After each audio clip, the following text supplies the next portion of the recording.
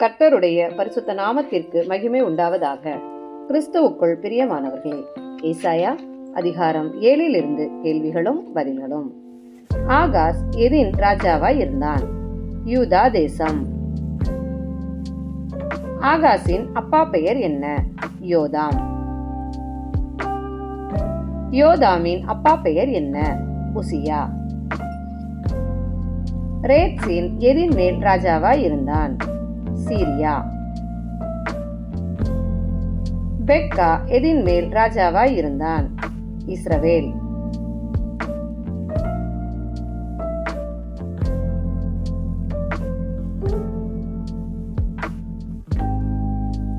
பெக்கா யாருடைய குமாரன்? ரெமலியா. ஆகாசின் நாட்களில் எருசலேமின் மேல் யுத்தம் பண்ண வந்தவர்கள் யார்? ரேத்சீன், பெக்கா. ரேத்சீன் மற்றும் பெக்காவினால் எதை பிடிக்கக்கூடாமல் இருந்தது? எருசலேம். சீரியர் எப்பிராயிமை சார்ந்திருக்கிறார்கள் என்று யாருக்கு அறிவிக்கப்பட்டது? தாவீதின் குடும்பம். காட்டிலுள்ள மரங்கள் காற்றினால் அசைகிறது போல அசைந்தது எது? தாவீதின் இருதயமும் அவன் ஜனத்தின் இருதயமும். சேயார் யாசூபு யாருடைய மகன்? ஏசாயா. ஆகாசுக்கு எதிர்கொண்டு போக கர்த்தர் யாரிடம் கூறினார்? ஏசாயாவும் அவன் மகனும். ஏசாயாவும் அவர் மகனும் எதின் கடைசி மட்டும் ஆகாசுக்கு எதிர்கொண்டு போக வேண்டும். வண்ணா துறை வழியிலுள்ள மேற்குளத்து மதகு. சீரியர் எவர்களோடு ஆகாசுக்கு விரோதமாக துராலோசனை பண்ணினார்கள்? எப்பிராயிம் மற்றும் ரெமலியாவின் மகன். சீரியர் எதற்கு விரோதமாய் போவோம் என்று சொன்னார்கள்? யூதாவுக்கு. யூதாவை நெருக்கி நமக்குள்ளே பங்கிடுவோம் என்று சொன்னவர்கள் யார்? சீரியர். யூதாவுக்கு யாரை ராஜாவாக ஏற்படுத்துவோம் என்று சீரியர் கூறினார்கள்? தபேயாலின் குமாரன்.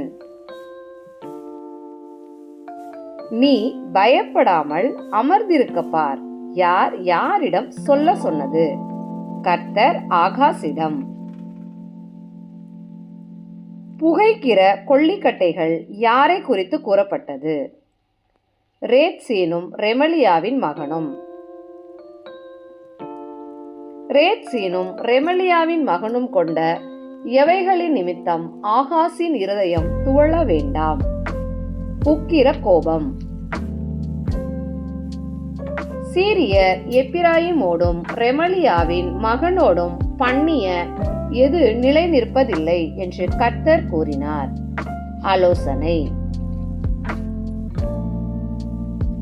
சீரியாவின் தலை எது? தமஸ்கோ. தமஸ்கோவின் தலை எது? ரேத்சீன். எத்தனை வருஷங்களில் எப்பிராயிம் ஒரு ஜனமாயிராதபடிக்கு நொறுங்குண்டு போம்? 65. எப்பிராயிமின் தலை எது? சமாரியா. சமாரியாவின் தலை எது? ரெமலியாவின் மகன். விசுவாசியாவிட்டால் நிலை பெற மாட்டீர்கள் என்று ஆகாசிடம் கூறியவர் யார்? கர்த்தராகிய ஆண்டவர். தேவனாகிய கர்த்தரிடத்திலிருந்து எதை வேண்டிக் கொள்ள ஆகாசிடம் கூறப்பட்டது? ஒரு அடையாளம். அடையாளத்தை எங்கே இருந்து உண்டாக கேட்டுக்கொள் என்று ஆகாசிடம் கூறப்பட்டது? ஆழத்தில் இருந்தாகிலும் உன்னதத்தில் இருந்தாகிலும். நான் கர்த்தரை பரீட்சை செய்ய மாட்டேன் கூறியவன் யார்? ஆகாஸ்.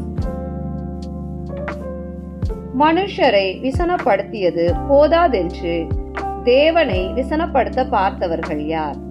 தாவீதின் வம்சத்தார். ஆண்டவர் தாமே உங்களுக்கு டேஷ் கொடுப்பார், ஒரு அடையாளத்தை. ஒரு கன்னிகை கர்ப்பவதியாகி யாரை பெறுவாள்? ஒரு குமாரனை. கன்னிகை பெறும் குமாரனுக்கு என்ன பெயரிடுவாள்? இம்மானுவேல். கன்னிகை பெறும் குமாரன் எது மட்டும் வெண்ணெயையும் தேனையும் சாப்பிடுவார்? தீமையை வெறுத்து நன்மையை தெரிந்து கொள்ள அறியும் வயது வரை.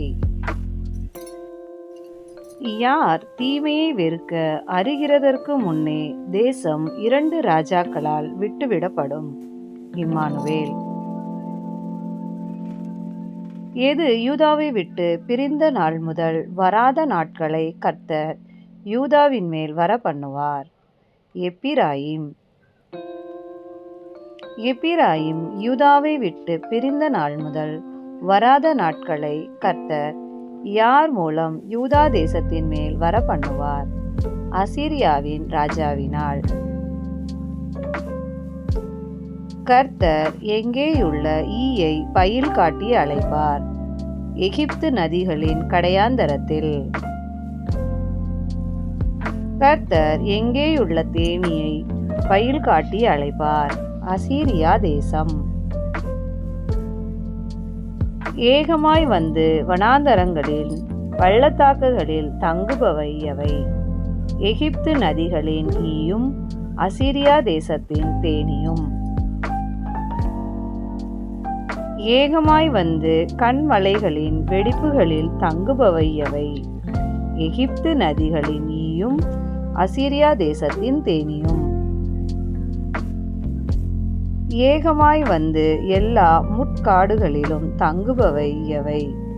எகிப்து நதிகளின் ஈயும் அசீரியா தேசத்தின் தேனியும். ஏகமாய் வந்து மேய்ச்சலுள்ள எல்லா இடங்களிலும் தங்குபவை எவை? எகிப்து நதிகளின் ஈயும் அசீரியா தேசத்தின் தேனியும். கூலிக்கு வாங்கின சவரகன் கத்தி எது? யார்? நதியின் அருகில் உள்ள அசீரியா ராஜா. கூலிக்கு வாங்கின சவரகன் கத்தியால் ஆண்டவர் எவைகளை சிரைப்பார்? தலைமயிரையும் கால்மயிரையும்.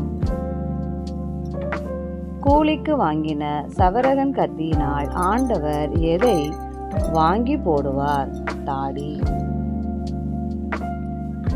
ஒருவன் எவைகளை வளர்த்தால் அவைகள் பூரணமாய் பால் கறக்கும்? ஒரு இளம் பசு, 2 ஆடுகள். ஒரு இளம் பசுவும் 2 ஆடுகளும் பூரணமாய் பால் கறக்கிறபடியால் அதை வளர்க்கிறவன் எதை சாப்பிடுவான்? வெண்ணெய்.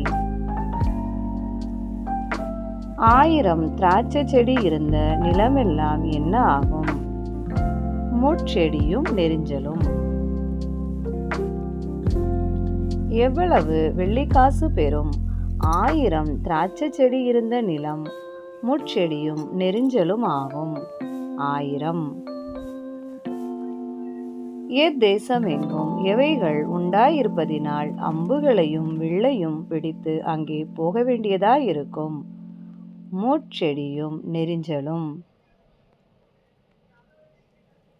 மண்வெட்டியால் கொத்தப்படுகிற டேஷ் உண்டே? மலைகள். மலைகள் எவைகளை ஓட்டி விடுவதற்கான இடமாயிருக்கும்? மாடுகள்.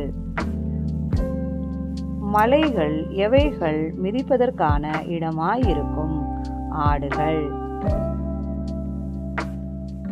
எவைகளுக்கு பயப்படுகிறதினால் மலைகள் மாடுகளுக்கும் ஆடுகளுக்குமான இடமாயிருக்கும்?